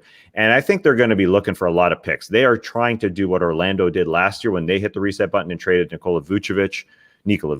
I get my Nicolas and my Nicola's all mixed up. When they traded him for a young player and 2 first-round picks with the Bulls, and it was a top 4 protected and unprotected. It ended up being Wendell Carter Jr., the 8th pick in last year's draft, and then another future first plus Otto Porter. So, Pacers. I think they want a nice, juicy pick like the Magic got. I think the Spurs could be their match. Spurs, maybe you protect it a little bit, top 3 or something like that. But I think if you go to the Spurs and you say, we want a first-round pick, a nice, juicy one, and they can, pick what player they want, I think, from Josh Primo, which would kind of act like just another first-round pick because he was just drafted, or Lonnie Walker, or Derek White, or Keldon Johnson. But does the Spurs thing excite you enough? Is that juicy enough for a podcast here in December? Is that good enough? Leigh, what do you think? Like a first-round pick plus a Lonnie Walker, and we can work out an additional first-round pick or an additional young guy because they've got so many of them. What do you think from both sides on the Spurs-Pacers deal? Yeah, I think the Spurs are prepared to give up one of those kind of mid-sized guys, whether that's Keldon Johnson, Derek White, Lonnie Walker. I don't think it is DeJounte Murray, but I think it is, or Josh Primo, one of those guys. The thing is, when you have Sabonis out there with Jakob Poeltl, it's a little bit of overlap of the same. Neither of them great rim protectors, good rebounders. How much of the court do they sort of spend on the court there together? Because Jakob doesn't really spread the floor. Sabonis can. Sabonis is a good passer. Just not sure you need both of them out there at the same time. So unless you then maybe parlay Jakob into something else as well, because then you're not having a sort of same type of sort of positional guy out there on the floor. So I think the Spurs would be interested. I think they would make some sort of move like that. But who they give up is the one. Is it Keldon Johnson? Is it Derek White? Or is it Lonnie Walker? Out of those, I would say most value if you're the Pacers is probably Derek White, I suppose. I'm not sure. They're a bit, so they're a bit the same. They are. Yeah, so you can have your pick of the litter. And I sort of brought in Josh Primo, who is their first-round pick, because maybe the Pacers don't get 2 first-round picks like the Magic magically did with the Chicago Bulls last year. It's a hell of a haul. But if you say, hey, a first-round pick plus, we just picked Josh Primo. It's like you're getting a first-round pick. Or, all these guys really have been around longer, but have been first-round picks. A bunch of these Lonnie Walkers, Derek Whites, Devin Booker a little bit later in the draft. But you don't think they do it because Jakob Poeltl's around? I mean, that's the weird thing, I think, for me. Like, if you're the Spurs, just you get Domantas Sabonis on your team, just get him. And you deal with the Jakob fallout. You just deal with it. But I don't know. Isn't there one problem here with the Spurs? They don't do trades. They don't do trades. Yeah. But they got to. You forgot about the big Katie Lane for Marquise Chris deal at the deadline last year. I guess Spurs finally made a deadline trade. It was for 2 guys. And they're like, what? Literally who? Katie Lane? Katie Lane? Yeah, I mean, that is a big that's a big obstacle. They haven't traded a major player. I think the previous Spurs trade before that was Austin Day to the Raptors, right? I think that's right. Yeah, it always comes up. Yeah, rotation what a guys, major deal. Yeah, aren't going in and out of San Antonio. But yeah, I mean, I think Sabonis would be awesome on the Spurs. And I'm with you, Tass. Like, Poeltl's good. He's a good rim runner, good rim protector, but more of a support piece than a building block. So if you got to make way for Sabonis, do it. Yeah, he's a future beefer. But I wonder, maybe the Spurs are changing. Maybe the Spurs are evolving. Yeah. Maybe they'll say, hey, one day we'll make a trade, which is really weird that they don't make trades ever. This is basketball. You make trades. But yeah, they're running with all their guys. They have so many of the similar guys. Like, you can lump literally like 6 guys together now. Although, Derek White looked like he had probably a higher ceiling than some of those guys playing with USA Basketball. But then Keldon Johnson enters the fray with USA Basketball. Yeah, I don't know. That's the thing. I wonder, are the Pacers like, if the Spurs are like, okay, there's a draft pick, it's top 3, top 5 protected. Maybe there's another future pick. And then it's like, okay, let's say Lonnie Walker's even in the mix. And then it's like Derek White or Keldon Johnson. Like, who are the Pacers more intrigued by? Do they want Derek White if they had to pick, or they want Keldon Johnson? Because I saw the stream team pushing back. He thought White may be the most valuable, Leigh, of the bunch. DeJounte Murray's off the table. Like, he's not going anywhere. You hold on to him. I don't know. I don't know. I think I'm still torn too on White or Keldon Johnson if I only had the option to pick one of them from the Spurs. Well, and that's what I'm saying. Like, they're none of them is so much better than the other outside of DeJounte Murray. I think they're all tradable. They're all interchangeable as well. It's just who the Spurs, I think, value more, or perhaps the other teams. But it's just it is hard to see how the Spurs make a huge deal here mid-season. I mean, they should, but it's just not the way that RC and Pop like to operate. True. Pop doesn't like to get pipped. Yeah, Need me to find a picture of him wearing sunglasses? Oh, wow. I don't think I've ever seen Pop in sunglasses. Yeah. All right, give me some time. You gonna find it? Okay, good. I'll see. I've seen Logan Roy in sunglasses. That's my. I keep saying that. Anyway, so yeah, we got 2 months of Pacers just taking the phone calls. So they will be even up to here December 15th. We're getting close to that date where a lot of guys can be traded. Right. So I think they'll be taking calls for a lot of guys. We got this one coming through in the stream team. Q Ferg suggests Devin Vassell and Keldon Johnson and a pick for Sabonis. Yeah, it could be 2 players and a pick. That's not a bad haul. I mean, really, No. if like they're really rebuilding there in Indiana, that's not bad. To me, that's somewhat comparable to like what Vooch, went to Chicago for. I think you're getting there. So that's not bad. Again, 2 first-round picks for Vooch last year, plus Wendell Carter Jr., plus Otto Porter. And Sabonis 5 years younger than Vooch. I know you're the Bulls probably were just ready to move on. They're not like the Spurs. The Bulls are just ready to get good. So they're willing to give up that much. I don't think the Spurs are willing to give up that much. I don't think any team really is. But I think that's the benefit of what the Pacers kind of did here, putting it all on the table and having teams bid against each other.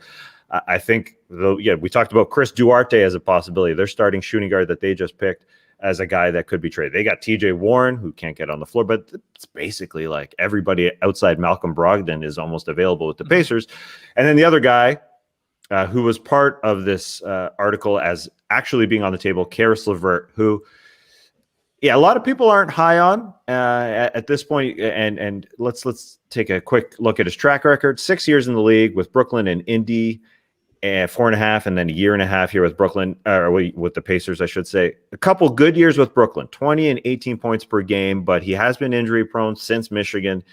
Not a great 3-point shooter, sub three, average 3-point shooter. And if you're looking for a scorer who's not, playing to his capabilities, then maybe it might make sense to just keep him. Now, I said I have a good trade for everybody. I lied. I don't have a great one for Caris LeVert. Don't have a great one here because people aren't willing to pay a lot for Caris LeVert, especially when you get into conversations about trade possibilities. Everyone's going to put their effort into thinking about Sabonis and Myles Turner. So not great Twitter engagement on Caris LeVert at all. Although Mac Love, not War, good Twitter handle, he did suggest the Cavs.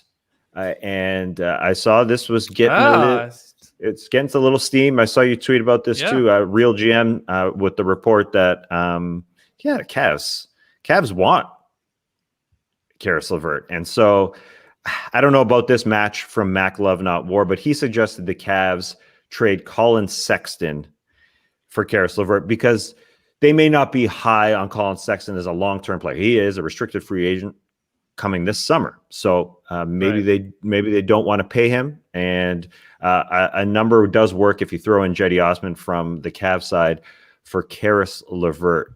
Trae, you like the idea of the Cavs acquiring CJ McCollum when we talked to Blazers a little earlier this week to strengthen their backcourt. Is Caris LeVert a younger CJ McCollum? Makes a lot less. Interesting. But not as accomplished as CJ McCollum. Does that tickle your fancy there with a Sexton going back? I don't mind it, actually. Caris LeVert, I guess the big question is he going to be able to stay on the court? We don't know. It's just been a problem throughout his career, like you're saying. But I do like the idea of the Cavs, if they know that they're not going to be trying to bring back Sexton in the offseason, he's going to be a restricted free agent. You should trade him and try and get something back, even if it is Caris LeVert, a player who maybe doesn't have quite as high of a ceiling, has some more injury concerns. I would totally do that. The being able to shoot is going to be a problem, because Darius Garland is going to be the main ball handler there. But I don't know, maybe bring him off the bench alongside Rubio. He can take some of Isaac Okoro's minutes. I don't mind that. You also got the little bit of a connection between Caris LeVert and Jared Allen from their time there with the Brooklyn Nets together. So I wouldn't be against that if I was Cleveland. Yeah, I don't hate it either. It's a risk worth taking, especially with the Cavs. there's some shots to be had. Mobley's not a hog. Allen's not a hog. Isaac Okoro is a defensive player, really. There's shots. Like when Colin Sexton was playing, and he was playing pretty well this year. He could shoot whenever he wanted. So yeah, it's a tough match to find a match for Caris LeVert. As Leigh brought up, maybe Caris LeVert's, I don't know, maybe we've seen his ceiling, and maybe because of the injuries, but I don't know. I'm a Caris LeVert fan, and somebody will take a chance. Maybe it is a Cavs team that says we're not a destination. Let's do this thing. So we'll see. That would really have the Pacers leaning into basically tanking this season away, right? Like if they were to make that move, Sexton's not even going to be playing for the rest of the year, is he? Right. So you're trading for a guy that's injured. So again, lean into the tank. You're probably trading then Myles or Sabonis. Then you're just trying to like help your lottery odds there and get your own high pick. I don't mind it. I also don't love it, Leigh. I don't know what your take on a Sexton LeVert sort of swap here and Eddie Osman to make the contracts work, whatever. What do you think? Yeah, Sexton's a bit of a weird one because he can score. Caris LeVert had that sort of really good moments there for the Brooklyn Nets, but I'm just not sure he really improves them all that much either. So I think they can maybe get a little bit more for Sexton, even though he's not playing right now. I don't know. If you can get LeVert, who we saw in Brooklyn, then absolutely. But I'm just not sure that player is still there really for Caris. So I actually changed my mind. I think the Cavs should do it immediately if this trade is there. They haven't made the playoffs since LeBron left, and they're getting nothing from Sexton this year since he's not playing. They just need another good player. And Caris LeVert, even if he's not getting back to his Brooklyn days, better than a player who isn't playing. Yeah. That'll help him. And then Tass brought it up also. It sucks for this guy coming off the injury too. It's probably going to hurt his overall numbers he's going to get. But what are you paying Colin Sexton too? Right? Like, what is this? What's the value for him? He's shown that he's a 20-point per game scorer, sort of a high volume guy though. They started flourishing when he's out of the line. It's tough there. Okay, so you're in. You're in on a LeVert Sexton deal. And they haven't extended him yet, so I'm not sure they really want to extend him. And I think this could suit both sides' desires because you mentioned, Skeets, the Pacers leaning into the rebuild. I think it's time. I think it's sort of like what Orlando did last year. They were able to get 2 lottery picks. They picked 5 and 8 last year because of the one they got from the Bulls. If they are really trading one of their big guys, and the big guys are Sabonis and Turner, then they should be able to get into the lottery, their own pick. That's how you get better as fast as possible. And especially if you're trading for a guy who's injured here with Colin Sexton, that helps too. Mm-hmm. So we went through all of them. But we got 2 more months. So get ready for more trades. There'll be definitely more Pacers trades that will be thrown at you. Okay, well, let's switch it up here. Sort of almost talked this into existence yesterday on the podcast. I got a fun little top 5 for you. Top 5. Top 5.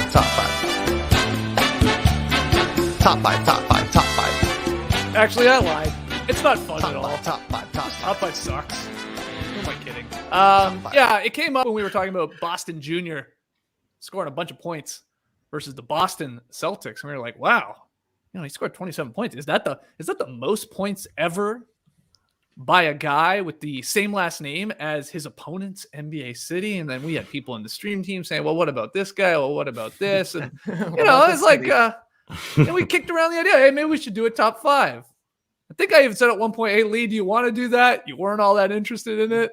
You said, no, thanks. I'd prefer to talk about the All-Star game. Okay, that's fair. I'll do it. So I'm doing the top 5 games by a player with the same last name as opponent's NBA city. I was deep in the basketball reference yesterday. Oh my God. I didn't think I was going to make it back out, guys. I thought I was going to be trapped forever in basketball reference. I'd be a little face on the front page forever, like tapping on it. Help me. I'm stuck in the basketball reference matrix. But I got some rules with this. Okay. I am not counting first names. See you later, Orlando Woolridge. See you later, Dallas Come Guys. I don't know what your name is. Come Guys. I think it's Come Guys. Come Guys. Yeah. Kaminga again.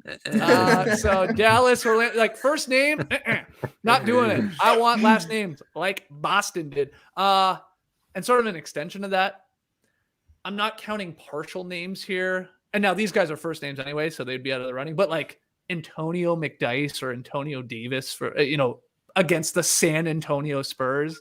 Get out of here. That's a good rule. Good rule. Yeah, come on. We got to keep it legit. So, but here's the problem. After I started doing this list sucks because there are not a lot of guys with the identical last name to their opponent's city. We're not talking about the actual nickname of the team. We're talking about the city they play in. So here they are, guys. Top 5 games by a player with the same last name as the opponent's NBA city. There's a whole lot of Washingtons. I was surprised that PJ Washington versus the Washington Wizards comes in at 5th on the list. He has 2 15-point games against the Wizards, Leigh. I would have just thought he would have had a better game than that. I don't know. He's only played 6 games against Washington. Now, they've played twice this year, the Hornets versus the Zards, but PJ missed both of them. So I think that would have changed if he had played in this game, and he probably would have had a little higher than 15. Then again, what do you think PJ Washington's season high is for points in a game? This year. 15? Yeah, it's 18, so you're really close. But I think the reason I thought that he maybe scored more is, do you know his career high? Do you know the Chevy Trax's career high in the league? I bet it was his very first game of his rookie year. No, it was last season. And I remember this because he got a whoa boy. He popped off for 42 points versus the Kings. Wow. Yeah, 15 to 22 shooting, hit 5 threes, 7 to 7 at the line in that game. So I think that's why I thought maybe the Chevy Trax did more out there on a game-to-game basis. But anyway, PJ Washington, 15 points twice versus the Washington Wizards. Okay, to number 4. We stick with Washington. We got a tie between 2 Washingtons, Wilson Washington, and Kermit Washington. I know that guy. Both versus the Washington, Bullets, not the Wizards at that point. The wild part about this, we don't need to spend long on it. Both of them scored 16 points in a game versus Washington in 1978. Happened twice that year. 2 different guys named Washington with their last name, of course. Crazy stuff. Let's keep it going. Another Washington. Richard Washington. Ooh. Yeah. 6'11" power forward for the Kansas City Kings. Well, you said who, and then I looked him up to ask. He was the 3rd pick in the 76 draft out of UCLA. So he obviously was a high prospect coming into the league. Oh, Leigh, you must have been hyped, man. Yeah, Leigh, what do you remember I loved a bit of Dick Wash. He was great. Oh, my God. Dick Wash. What are you doing? It's something I would say. Okay, Richard Washington scored 17 points twice in the late 70s, again versus the Bullets. Okay, number 2 on the list. It's Brandon Boston Jr. What he did the other night on Wednesday night, 27 points versus the Boston Celtics. That's good enough for second place. So kudos to him. That guy, by the way, Brandon Boston, he looks like he's 13 years old. Yeah. He's young. Youthful looking guy, isn't he? Add another junior to that guy's name. I'm calling him Boston Junior. This guy's so young looking. I went and looked at Brandon Boston Sr. His dad is super young as well. Oh, is he? Oh, it's right in the genes there. Okay. And then number 1 on this lame ass list. You called it in the stream team yesterday. It's Allen Houston versus the Houston Rockets. 35 points in 1995 as a Detroit Piston, though. It didn't come as a Knick. I thought that was interesting. Houston had 5 games of scoring 28 plus points, though, versus Houston. The one, as I just said, 35 and 95 as a Piston, and then 4 other as a New York Knick. And I just wanted to do a little trivia, Leigh. Allen Houston, an interesting guy. I think maybe ahead of his time. How many All-Star games did Allen Houston make? 5? I would have thought around 4, if I'm being honest. 2. Yeah. Just 2. Yeah. Here's the other question. What do you think his career scoring average is? Allen Houston. Probably only like 16 and a half. Because I don't think his high was all that high. I think he was only like 21 a game, maybe for the Knicks was probably his highest. Well, you're pretty close on both those, Leigh. 17.3 points per game in his career. Okay. 44% from the field, 40% from deep. I say he's ahead of his time because he would have been shooting like twice as many 3-pointers in today's game. So that would have ticked up. Best season, 22.5 points per game. And here's the interesting part. He did it in his his season where he was 31 years old, near the end of his career. He didn't play much longer after that. That's pretty impressive there. So. I was at game 4 against the Knicks in that 2001 series. Allen Houston just cooked the Raptors. The Raptors were up 2-1 in that series, remember? And then Allen Houston in that that low post, just kept spinning around, torching the Raptors. Raptors won in 5, but yes, they did. Yes, Allen Houston. I interviewed Allen Houston in Melbourne at when Australia played the USA a few years ago. Go on. That shot is still gorgeous. Gorgeous. I was talking to him a lot, and then I said to him, like every NBA player or former NBA player, you just sort of pump their tires a little bit. So I remember that shot. I talked to him about that Raptors series. And then I gave him the ball. I said, "Let's just see that shot." And he knocked one in. Then he knocked in another one. And then all of a sudden, sound like you're like the father to Allen Houston. Then I gave him the ball, and he started just knocking them in. And my God, he's got a beautiful shot. He's a beautiful shooter of the basketball. There it is. All right. Okay, so that's the list, guys. I mean, again, here's the disappointing part. Outside of 3 other Washingtons that I found, Pearl Washington, Jim Washington, and Eric Washington, who obviously played against either the Washington Bullets or Wizards. There's a Byron Houston. Against Houston. In the 90s. He scored 8 points. There's a Lawrence Boston. He played against Boston in 1980. He scored 7 points. And then there is an Antonius Cleveland. Yeah. He has never got a chance to play against the Cleveland Cavaliers. Played 28 career games and never got a chance to play against Cleveland. So that's really it, though. When you're steadfast with the rules like I am. No Antonios here and first names and stuff like that. So there you go. Cool. Yeah. Yep. Just really shouldn't have done it. I spent a lot of time on this. Or you should have just not put in the rules. Yeah. Yeah, but I was thinking the same thing, but you're not really adding a ton. I mean, the Antonio one's a weird one because it's not a full name. I mean, I said Magic Johnson Orlando yesterday. Wolf if you want to Ridge go is like in the mix. nicknames, but yeah, that's a big one. Orlando Wolf. But okay, so then Magic Johnson, but that's nicknames of the team. Yeah, it's not the city. Anyway, it's a bunch of Washingtons, a couple Bostons, and that's it. And and a Houston. Okay, second question. Yeah. If you were picking a city name that doesn't have an NBA player who has that as a last name, what do you think is the most likely last name? You know what I'm saying? Like, could somebody be named, like, sounds dumb. I'm sitting in the stream team, Steve, Oklahoma City. Which of the cities out there are most likely to be a last name? Like Dallas could be a last name. Yeah. Dallas is a good one. There's not a lot. Yeah. Detroit? Nope. That'd be weird. Yeah, Phoenix. That's not a last name. Charlotte? Charlotte maybe could be a last name. Maybe. Yeah. Phoenix. A lot of people have Phoenix as a first name. Phoenix. Yeah.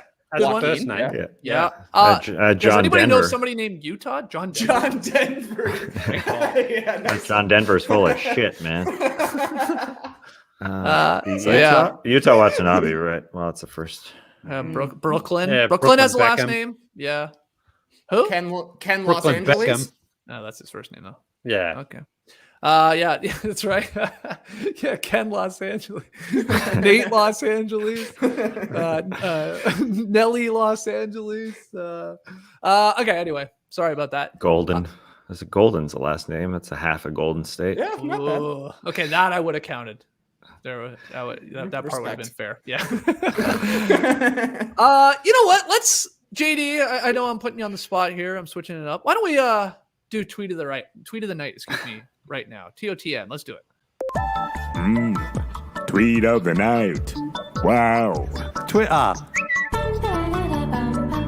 Well, if you thought that top 5 was pointless, wait till you hear tweet of the night. No, I got a bundle, a clump of tweets. Let's see if any tickle your fancy. We're going to start in the basketball realm.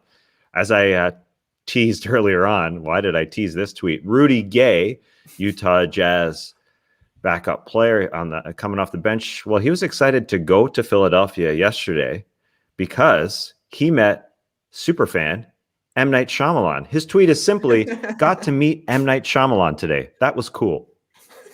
I thought that was a cool great story, tweet. bro. Yeah, wow. Nothing more, nothing less.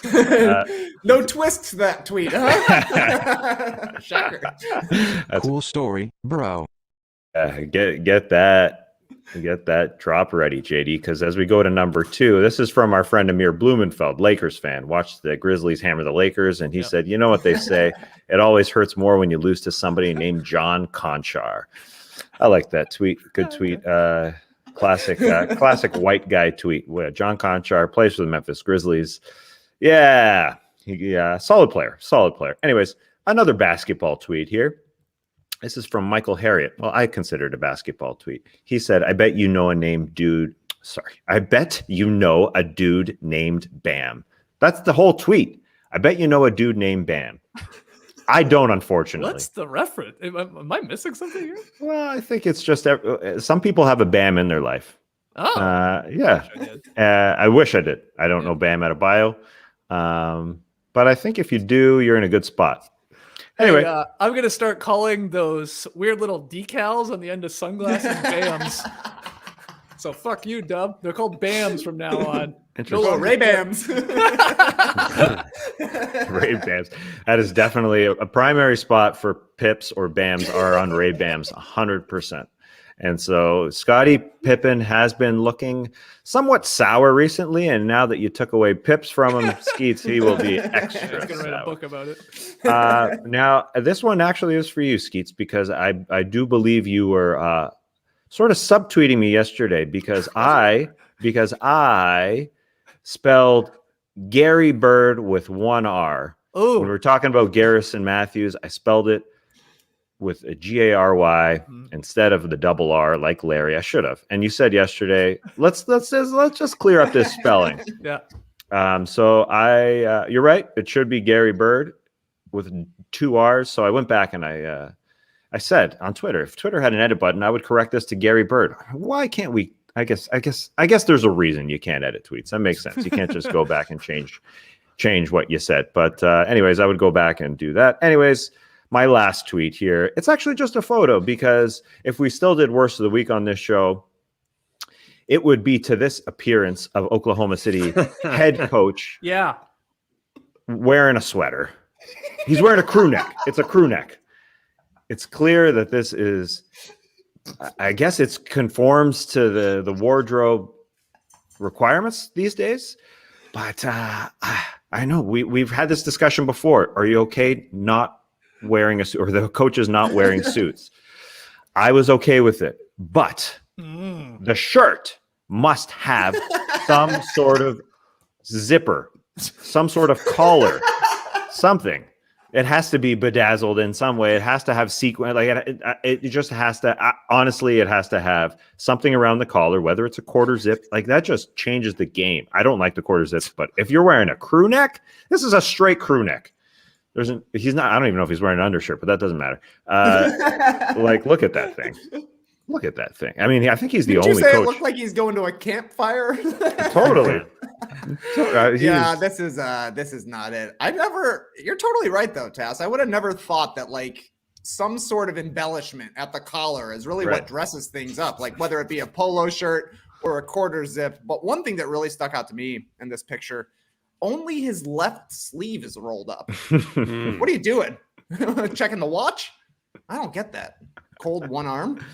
I think he was, mid coaching, and so I was pumping some arms, and one went up or one went down. I'm not sure, but Skeets, I know you were big on the hey, you got to wear a suit. Does this only add to it? Well, yeah, this was the point I was sort of trying to make when you guys were saying, "Come on, they're just coaching, let them be casual." It's like, yeah, but it's gonna keep getting more and more casual. Like they'll be wearing Snuggies by next week. Like this is why. Like think how backwards this picture is. Is that Cage in the background? Yeah. On the call. Yes. Yeah, like he's on the broadcast. Okay, he's on television. He is the one that should be wearing the sweater. Like you're not seeing him for 99.5% of the game. And instead, he's got to be the one in a 3-piece suit. The coach should be the one rocking it. So this was my concern. This was Candace Buckner's concern when she wrote the article for the Washington Post that this casual look here from the coaches. It's too casual. And you're right. I mean, it's a little strange, isn't it? Just seeing that Mark Daigneault wear that. Leigh, you got a Daigneault take? Collar. A collar is fine. Yeah, I don't think you need the full suit to return. That is a little bit too much. Like, we got a game. Oh, hang on a minute. I just got to finish up. I'm playing Call of Duty with my buds. Let me go out and coach. So yeah, let's go and put on a collar. That's all. Yeah, I don't know what the requirements are with the. Are there any? Have a logo. I thought yeah. You had to have at least a collar, but I don't know, maybe not. Is a quarter zip a collar? I guess it is. No, see, I don't consider that a collar. Like what you're saying. I don't. Collar's a collar. I mean, what? It's like reading and listening. I mean, one's reading, one's listening. A collar's a collar. If there's no collar, then it can't be a collar. Yeah, but I'm asking: is a 3/4 zip up? You consider that a collar once I zip it up or unzip it because then it turns into a collar? Oh, you're saying no? Real collar. I thought you were saying yes. Sorry. No. I agree with you. Why are we fighting? Right. Okay. Tass was asking whether that constitutes as a collar. Because if you unzip it, it does fold into sort of a collar. But it's not a collar.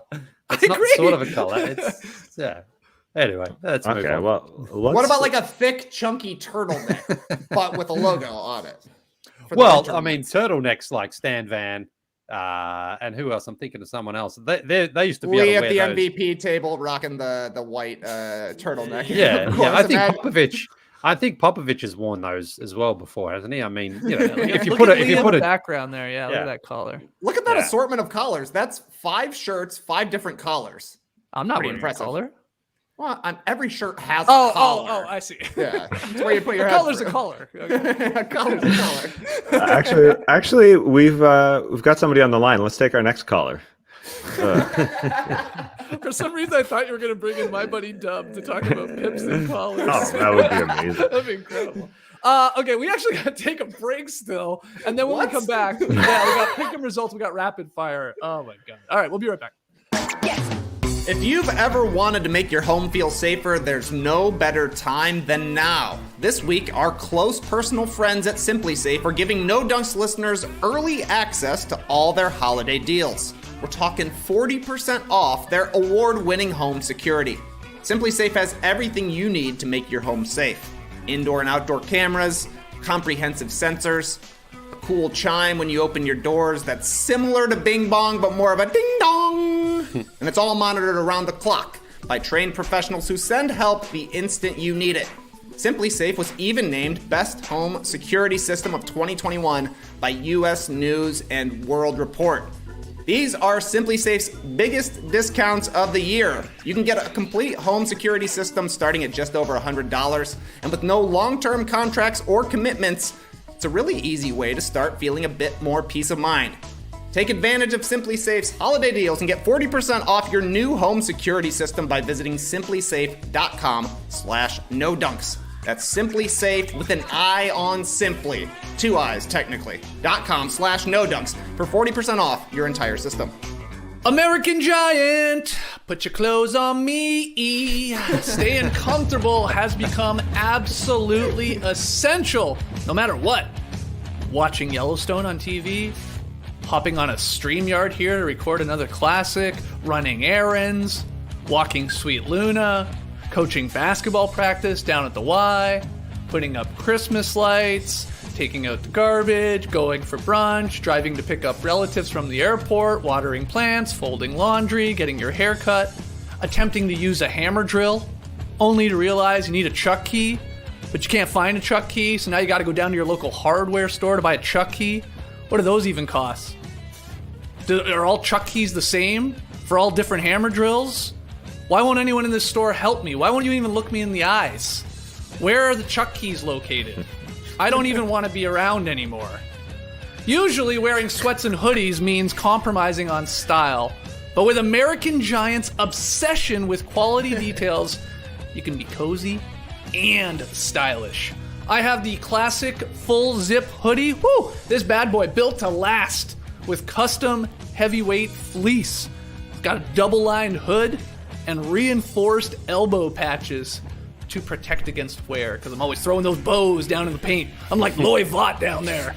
There's a reason this full zip was called the greatest hoodie ever made. Who said that? That is a bold statement, but I really do enjoy it. It's very, very comfortable. So explore American Giant's collection of durable essentials at american-giant.com, and you get 20% off when you use the code NODUNKS at checkout. That's 20% off at american-giant.com. Promo code NODUNKS. Okay, we're almost done here. We got pick'em results from last night. Did I lose? You betcha. Jazz, Sixers, favored by 3.5 on the road. This brought to you by BetMGM.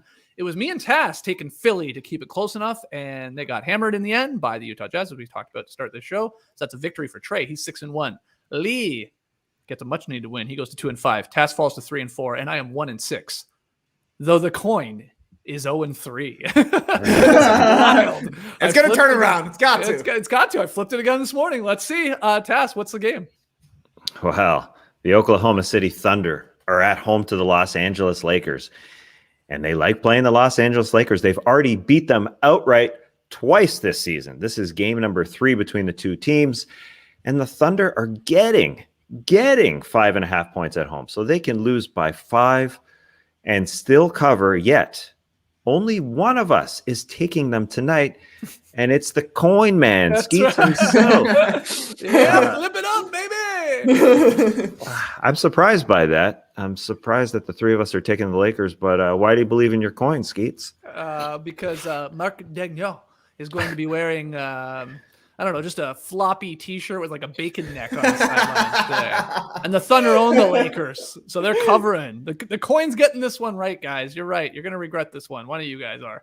Yeah, you got the line there at 6.5, Tassie. So it said on the graphic there 6.5. Anyway, I thought it was only 5.5. Oh, controversy! Here we go. Well, hey, listen, a game like this, that point can make a huge difference. It's a tough one to pick. It really is. But, what are you changing your pick? Is that what you're saying? No, I'm not changing my pick. I'm just saying, can we get clarification on the line? 6.5. 5.5. It's 5.5. What? No, the coin didn't know that when I flipped. All right, 5.5. You watch. Yeah. Oh my God. You watch. They're going to win this game by 6 points. When I flipped my coin, it landed on the 6 on my keyboard, but it was supposed to land on the 5. Okay.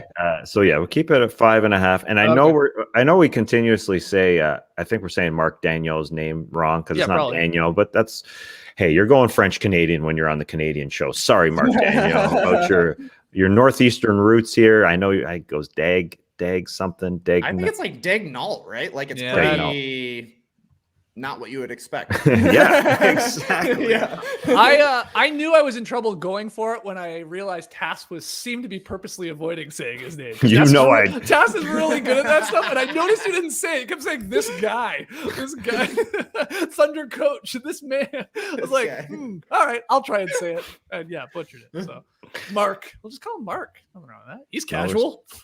Yeah, exactly. You know him. Okay, so pick 'em results. There you go. Or sorry, pick our picks for tonight there. The Lakers, Thunder. I need OKC to pull it off again. Can they do it?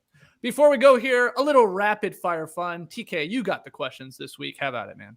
That's right. Jason Tatum debuted a new Air Jordan 36 player edition this week, inspired by the classic children's book, Brown Bear, Brown Bear, What Do You See? That he would read over FaceTime with his son Deuce back when the Celtics were in the bubble. Fellas, what book would you make a shoe about, and what would it look like, Skeets? Yeah, I like this question. I put some thought into it. One of my favorite books as a kid was Where the Wild Things Are. I was like, oh, there's a lot of stuff you could use from that book to make a cool shoe. You can call them like the Air Wild Rumpuses or something like that. But then I was like, do those exist?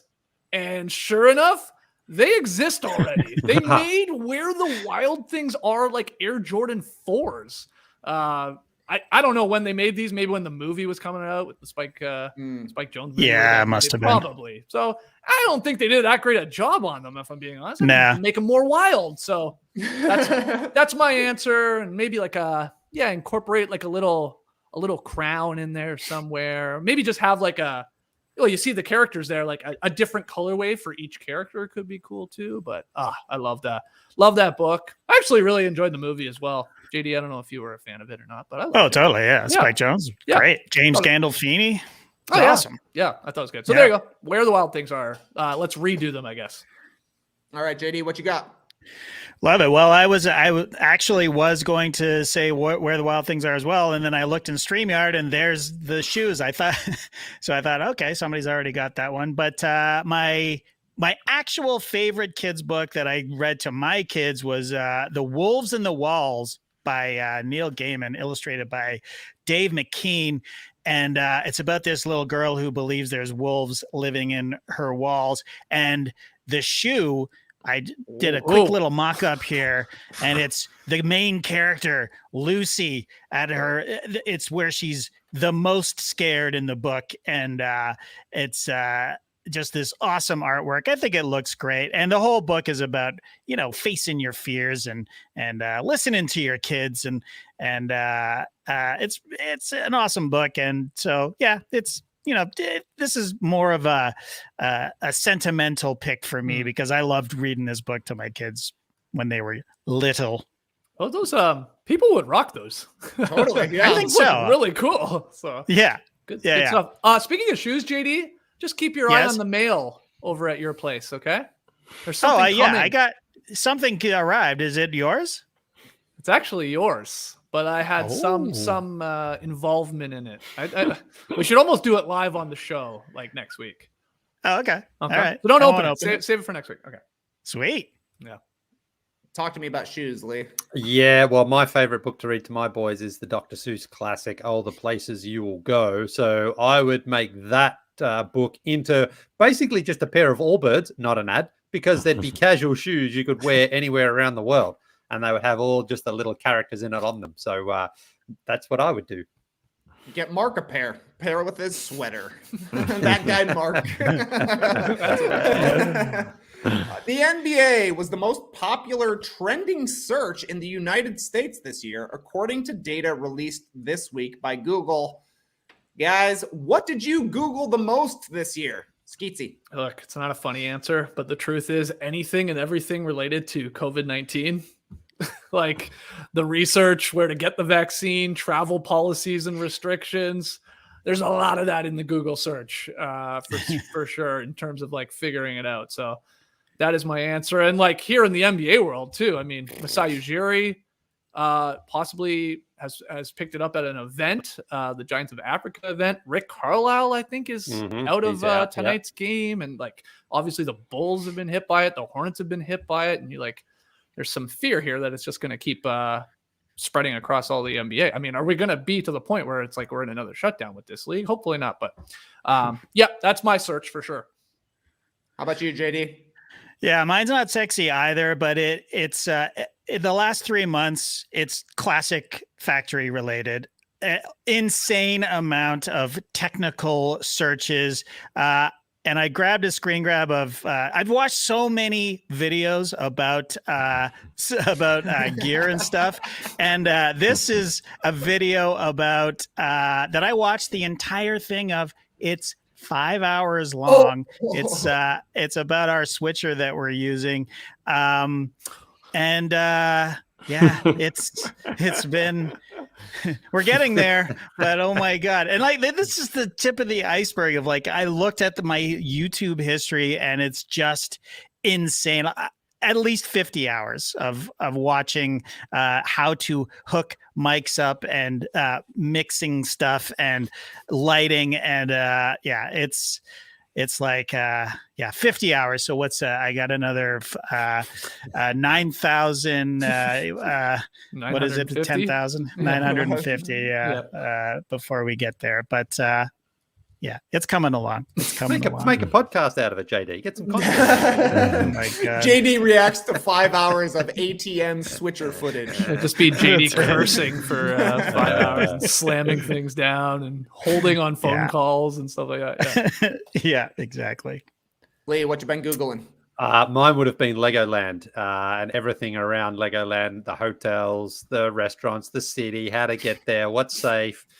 what activities should I be doing? What should I be avoiding? What do I need to prove that we're allowed to go there? All that stuff. That was heavily Googled earlier in the year.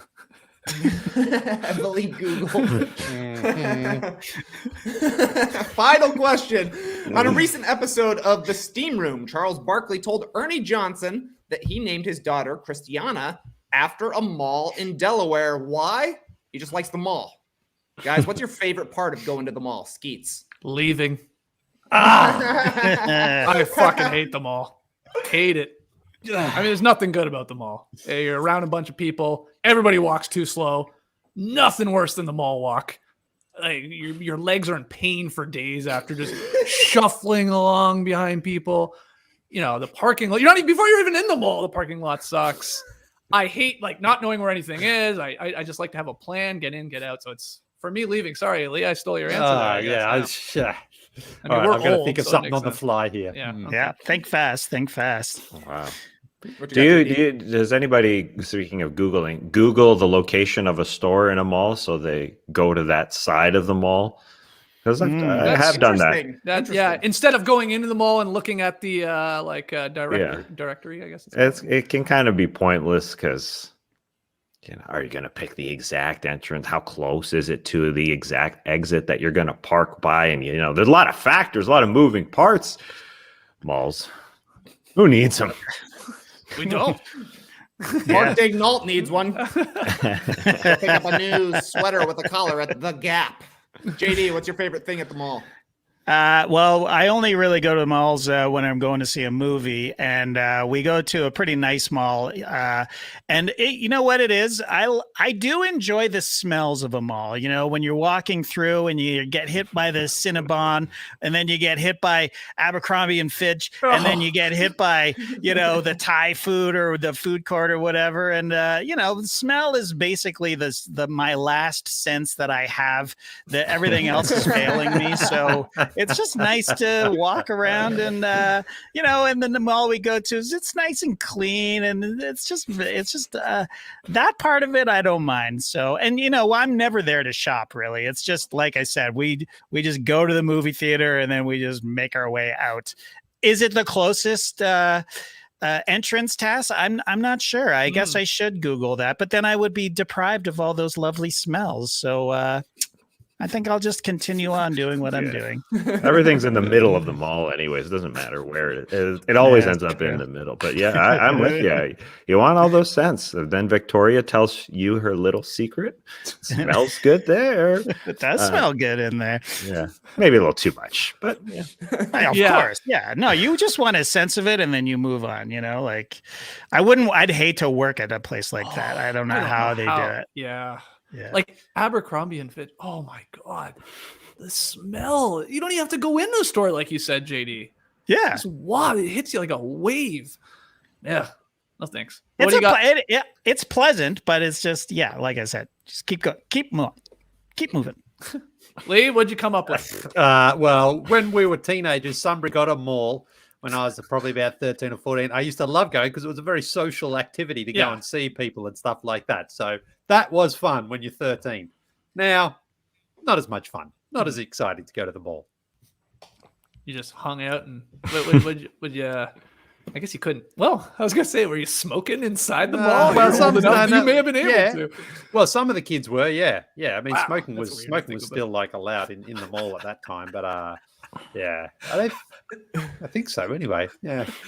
Okay. All right. Well, that's rapid fire. That is another drop podcast. Hopefully, it's a classic. You let us know. Email your NBA questions in nodunks@theathletic.com. Follow us on Twitter, Instagram, Facebook, TikTok @NoDunksInc. That's INC. Grab yourself an athletic subscription.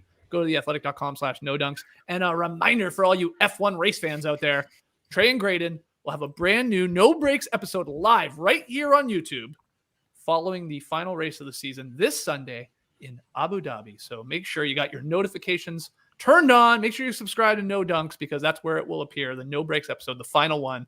Again, TK and Graydon talking about hopefully a very exciting race. Until then, Clipper Bros. You heard it here first. Have a great time. Turn up. Love you guys. Awesome. Thanks for joining us. And I'm curious, JD. I just want the answer to this. What does that video you're talking about, the 5 hours of ATEM? What does ATEM stand for? It sounds sexy. Oh, that's a great question.